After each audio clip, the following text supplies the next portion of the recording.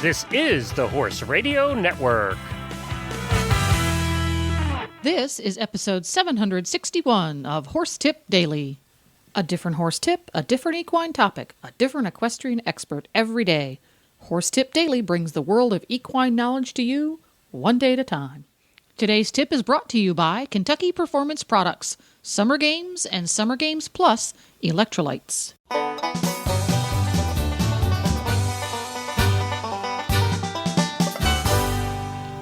Hi, Coach Jen here, and thanks for tuning in to Horse Tip Daily. Today's tip is from four-time Olympian Cindy Ishoy. She, along with Philip and Reese, provide a great discussion on setting goals, building an effective team, and then achieving those goals. It's an excerpt from the Dressage Radio Show, episode number 161. But first, let's hear from our sponsor, Kentucky Performance Products, maker of Summer Games and Summer Games Plus electrolytes. How is Summer Games different from other electrolyte products? Summer Games Plus contains the same electrolyte formulation as Summer Games Electrolyte, which was originally formulated for the horses competing at the 1996 Olympics. The formulation was based on the results of research conducted in anticipation of the Games, which were held in Atlanta, Georgia, known for its hot, humid summers. Summer Games mimics the composition of equine sweat, supplying the horse with the exact amounts and ratios of electrolytes relinquished in sweat. Summer Games Plus contains no sugar, like many popular commercial electrolyte supplements. Summer Games Plus also contains a buffering agent that helps create a soothing gastric environment.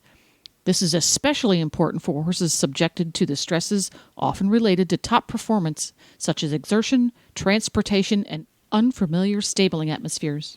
Ask for Summer Games and Summer Games Plus electrolytes at your local tack and feed supplier or visit kppusa.com.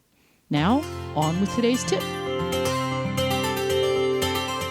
Today for our trainer tip, we have with us Cindy Ishoy. She's a four-time Olympian and a team bronze medal winner for Canada. Okay. Hi, Cindy. Thanks for coming on the show today. Oh, you're welcome. So you're here for the training tip. What is it?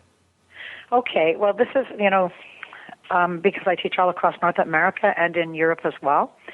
One of the things I see right now is the lack of system, and a lack of long-term and short-term goals. And so I think my training tip would be that you have to, as a rider, you have to have a daily goal. You have to have a weekly, monthly, every 3 months, 6 months, and a yearly goal. And then the long-term goal would be every 4 years, like for an Olympics, World Championships.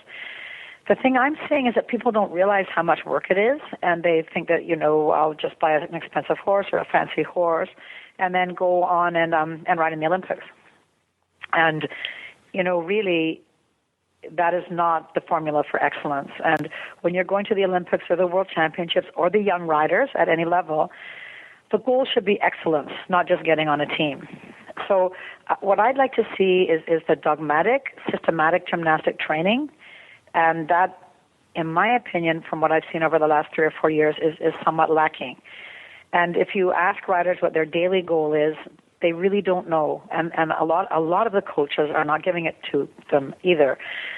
Of course, there are some excellent coaches, obviously, and riders that are this way oriented. But it's very, very important to understand that it's systematic gymnastic training.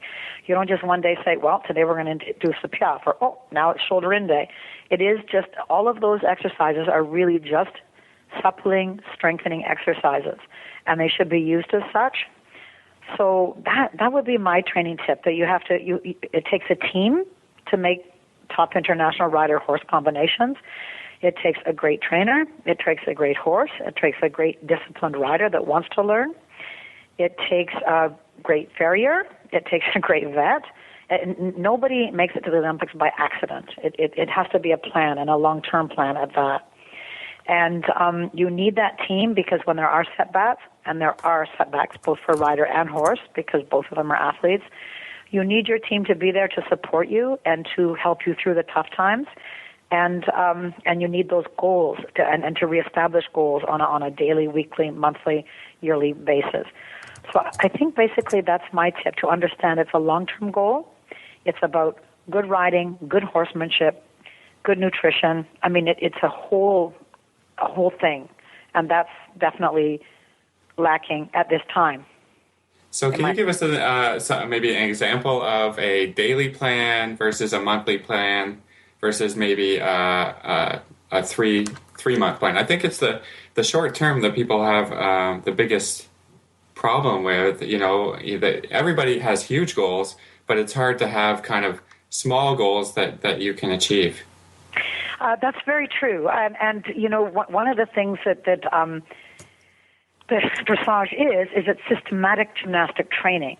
So, I mean, for example, at the lower levels, a daily goal would be to do excellent 10-meter circles, excellent 20-meter circles, excellent 15-meter circles, to ride your corners properly, to work on your position. A big thing I've seen, particularly at the young rider level, is that the riders aren't working on their position. So if you could, on a daily basis, conquer the weak part of your position, at least for 15 minutes of your ride, that's a daily goal. If you can do a 20-meter circle in rhythm with the correct bend, balancing on the outside rein, that's an excellent daily goal. And that should be an excellent daily goal from the basic level straight through to Grand Prix. And then from there you go to 15-meter circles, 10-meter circles. Out of excellent 10-meter circles comes shoulder in.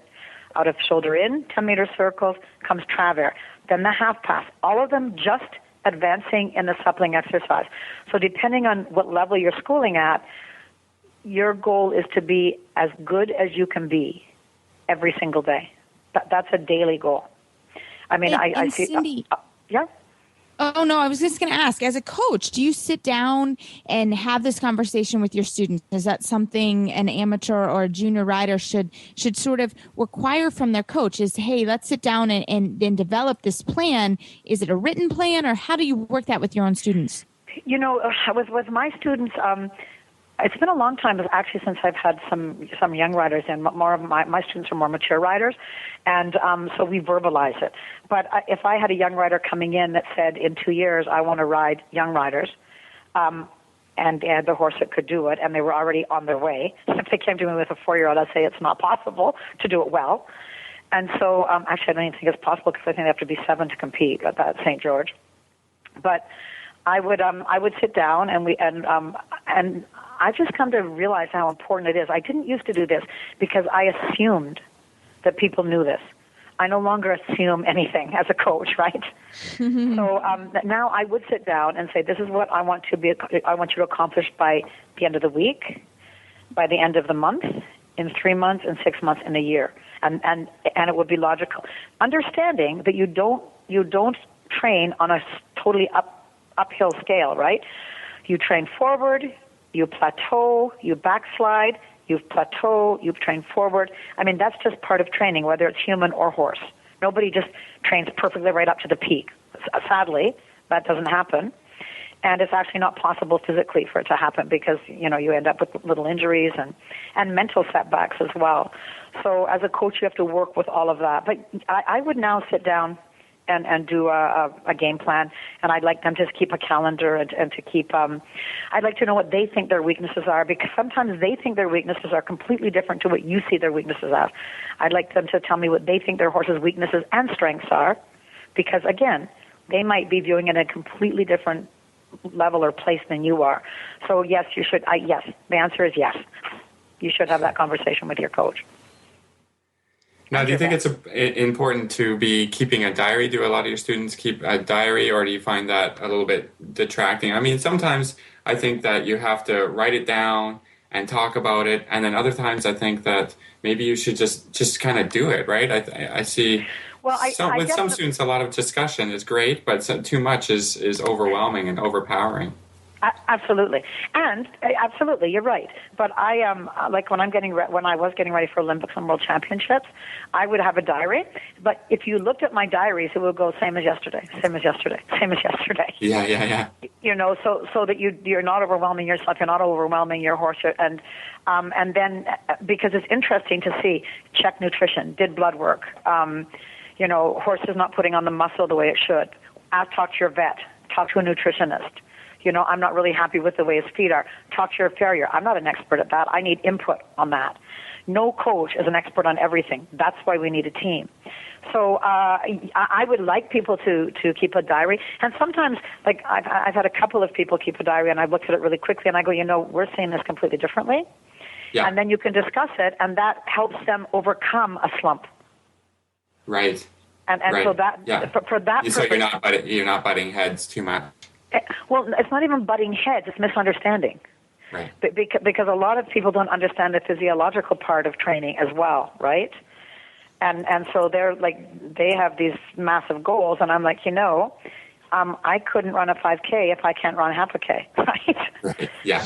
Yeah. And I think that it's really important to keep that in perspective. Or, you know what? How do you expect your horse to be fit enough to do this when you're not fit enough? You're huffing and puffing. So let's address that. Do you have somebody else that can help you with that? If a rider's really crooked, I will send them to a sports medicine therapist to get them as even. How can you expect a horse to be even if you're completely crooked?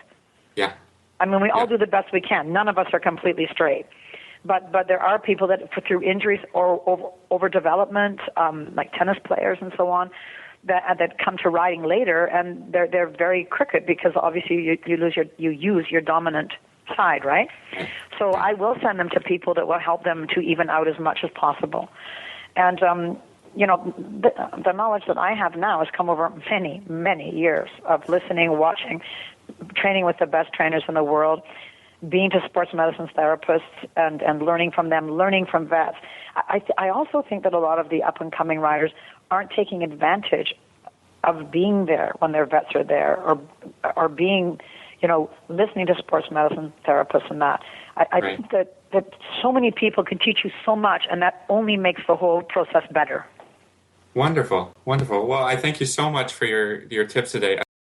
So, Philip, I keep a training diary, and I really do try to work with my students on goals and a daily goal and a weekly goal. And if we're trying to get to championships, how do you do it? Do you keep a diary? I'm not great about doing a diary or, kind of sitting down to write things out. I should be way better at it. But, I think I do a lot of just, before I get on a horse or before I do a lesson, I do always a mental preparation as a, kind of a checklist. Okay, when did I see this person last? When did I ride this horse last? What did we get done?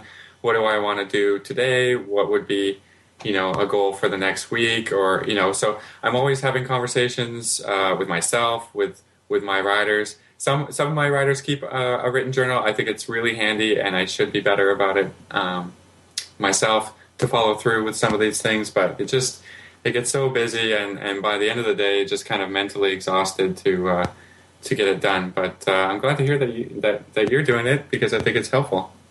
Well, I think it is. I mean, I don't do it on a daily basis, but I do it when I go to clinics or, I have a particular ride where I have that light bulb moment, like, oh, yeah, she was great today, or oh, my goodness, I got my young horse to do this. So I do keep it that way. I don't necessarily keep one every day, and I respect everybody that can. I think that's really important. And all my students that are in full training and I see them every day, I really do encourage that. And I tell them to do it right when they leave the barn. Have it in your car. Yeah, when it's fresh. Yeah, take 2 or 3 minutes on what we worked on that day and what exercise and why we did it. Well, there you go. A lot of information in that tip right there. If you enjoyed Reese and Philip and Cindy's chat, and who wouldn't, you can tune into the Dressage Radio Show every week. Just go over to dressageradio.com. You can also find lots more tips about becoming a better rider at horsetipdaily.com. Just go to the topics drop-down menu on the left. Don't forget to support our sponsors here on Horse Tip Daily, because they make these podcasts possible. Today's podcast has been brought to you by Kentucky Performance Products, Summer Games, and Summer Games Plus Electrolytes. Ask for them by name at your local tack and feed store, or you can learn more at kppusa.com. Please stop by the Horse Tip Daily Facebook page and let us know what you think of the tips you hear on the show. It's also a great place to tell us about topics you'd like to hear us cover on the show. You can subscribe to all the great shows on the Horse Radio Network through iTunes or Zune and get your horse podcasts automatically downloaded to your iPod, Zune, or MP3 player. You can also listen to the shows right on Facebook. The player's right there every day. I'll be back again tomorrow with another new expert and a different horse tip. Until then, go ride your horse! The Horse Radio Network and the Horse Radio Network hosts are not responsible for statements of guests or their opinions. Use your own judgment when listening to the tips provided by the experts on Horse Tip Daily.